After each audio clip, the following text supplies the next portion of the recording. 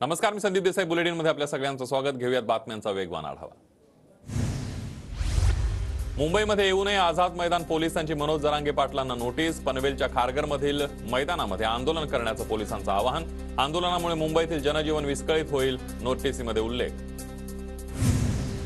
निबंध दाराड चर्चा करणाऱ्यातला नाही. आझाद मैदानावर उपोषण करणार. आंदोलनासाठी परवानगी मिळाल्याचं सहकाऱ्यांनी सांगितलं. आझाद मैदानावर उपोषण करण्यावर जरांगे पाटील ठाम.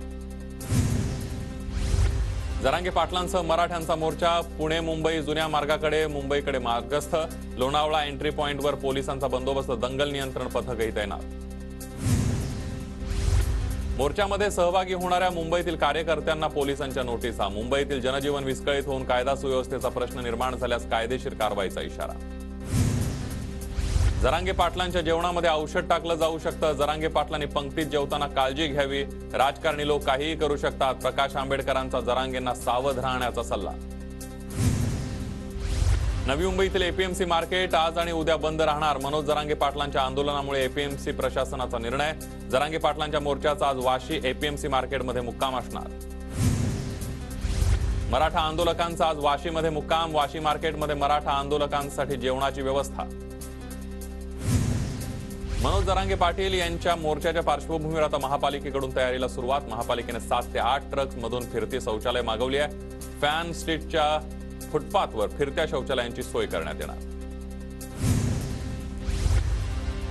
वाशिममधील मराठा बांधव मुंबईच्या दिशेने रवाना. आजपासून जरांगे पाटलांच्या पायी वारीमध्ये सहभागी होणार. नंदुरबार जिल्ह्यामध्ये 25,000पेक्षा अधिक कुणबी नोंदी आढळल्या. 31 जानेवारीपर्यंत नोंदी शोधणार, प्रशासनाचे आदेश. परभणीमध्ये कुणबी प्रमाणपत्र वाटपाचं काम युद्धपातळीवर सुरू. गंगाखेडच्या सायाळा सुने गावात 150 कुणबी प्रमाणपत्रांचं वाटप. धाराशिवमध्ये मराठा सर्वेक्षणाच्या कामाची मागासवर्ग आयोगाकडून पाहणी. जिल्ह्यातील 15% कुटुंबांचं सर्वेक्षण पूर्ण. पुण्याच्या पुरंदर तालुक्यामध्ये 24,844 कुणबी नोंदी सापडल्या. मात्र फक्त 94 प्रमाणपत्रांचं वाटप. तहसीलदार विक्रम राजपूत यांची माहिती. मराठा आरक्षण सर्वेक्षणाच्या कामामुळे हिंगोलीतील जिल्हा परिषदेच्या शाळांमध्ये शिक्षकांची अनुपस्थिती. शाळेत विद्यार्थ्यांची हजेरी, मात्र शिक्षकच गैरहजर. अहमदनगरमध्ये मराठा सर्वेक्षणासाठी नेमलेले काही कर्मचारी पहिली पास, मला काही येत नाही म्हणणाऱ्या कर्मचाऱ्याचा व्हिडिओ व्हायरल. मराठा सर्वेक्षणासाठी प्रशासनाच्या कार्यप्रणालीवर प्रश्नचिन्ह. सांगलीमध्ये सदाभाऊ खोतांच्या वादग्रस्त वक्तव्याचा बँड असोसिएशनकडून निषेध. जिल्हाधिकारी कार्यालयासमोर निदर्शनं, तर खोतांच्या घरावर मोर्चा काढण्याचाही दिला इशारा. चंद्रपूरमध्ये आशा गटप्रवर्तक महिलांचा वेतनवाढीसाठी संप. संपामुळे शासकीय योजनांची कामं ठप्प. बुलढाण्याच्या निपाणा इथं ग्रामस्थांनी ग्रामसेवकाला चिखलाच्या रस्त्यावर फिरवलं. रस्त्याच्या दुरवस्थेवरून ग्रामस्थ आक्रमक. व्हिडिओ सोशल मीडियावर व्हायरल. रत्नागिरीच्या राजापूरमधील आजिवली सुतारवाडीची ग्रामपंचायतीची नोंद सरकार दरबारी नाही. ग्रामपंचायत असेसमेंट रजिस्टरला नाव लावण्यासाठी 10 वर्षांपासून संघर्ष संतप्त. ग्रामस्थ 26 जानेवारीला आंदोलन करणार.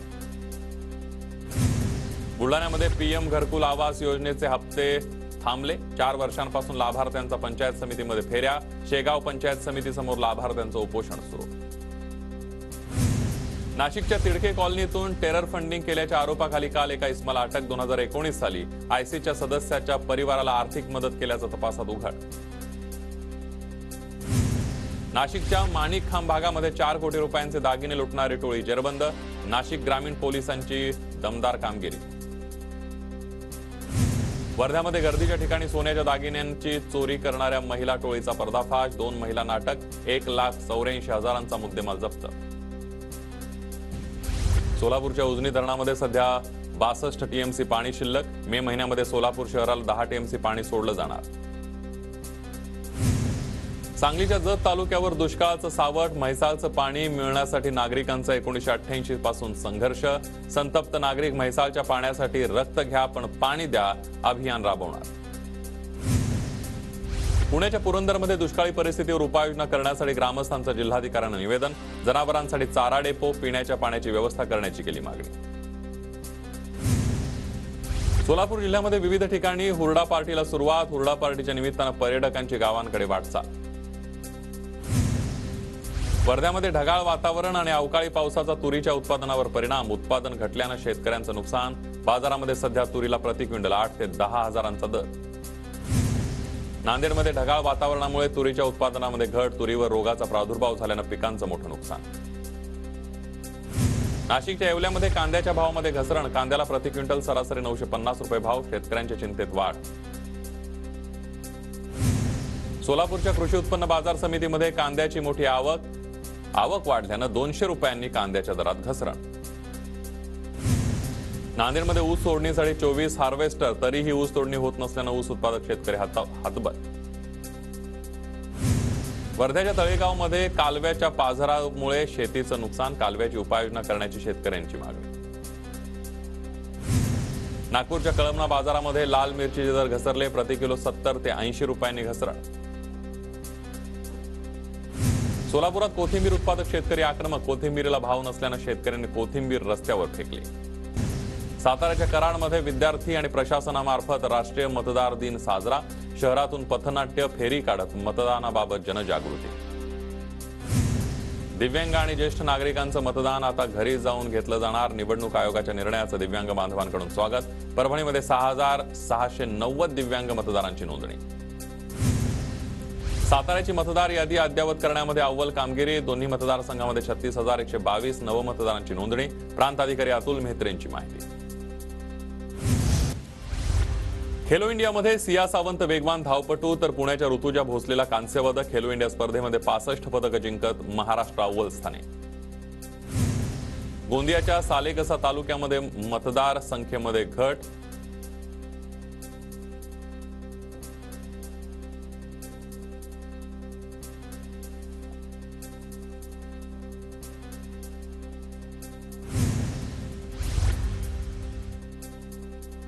पालकमंत्री धर्मराव बाबा आत्राम 2 दिवस गोंदिया जिल्ह्याच्या दौऱ्यावर. प्रजासत्ताक दिनाच्या 74व्या समारंभानिमित्त आयोजित ध्वजारोहण समारंभास उपस्थित राहणार. परभणीमध्ये प्रजासत्ताक दिनाचा ध्वजारोहणाची जोरदार तयारी. मात्र पालकमंत्री बनसोडे कार्यक्रमाला उपस्थित राहण्याची शक्यता. नागपूरचे जिल्हाधिकारी डॉक्टर विपिन इटनकरांना राष्ट्रपती द्रौपदी मुर्मूंच्या हस्ते बेस्ट इलेक्टोरल प्रॅक्टिस पुरस्कार प्रदान. सामान्यांचा मतदार प्रक्रियेमध्ये सहभाग वाढवल्याबद्दल सन्मान करण्यात आला.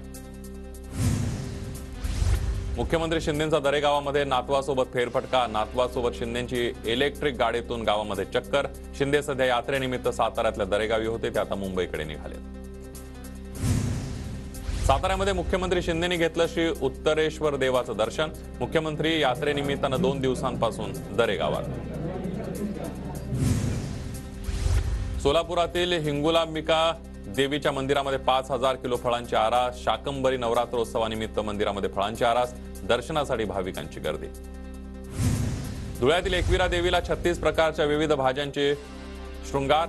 मंदिराच्या गाभाऱ्यातही विविध पालेभाज्यांचा आकर्षक सजावट करण्यात आली आहे. नाशिकच्या निफाडमधील नैताळे गावामध्ये म्हतोबा महाराज यात्रोत्सवाला प्रारंभ. यात्रेला लाखो भाविक हजेरी लावणार. नाशिकच्या इगतपुरीतील तालुक्यातील शाकंभरी माता यात्रोत्सव मोठ्या उत्साहामध्ये संपन्न. भव्य पालखी सोहळ्याचं आयोजन. देवीच्या दर्शनासाठी भाविकांची मोठी गर्दी.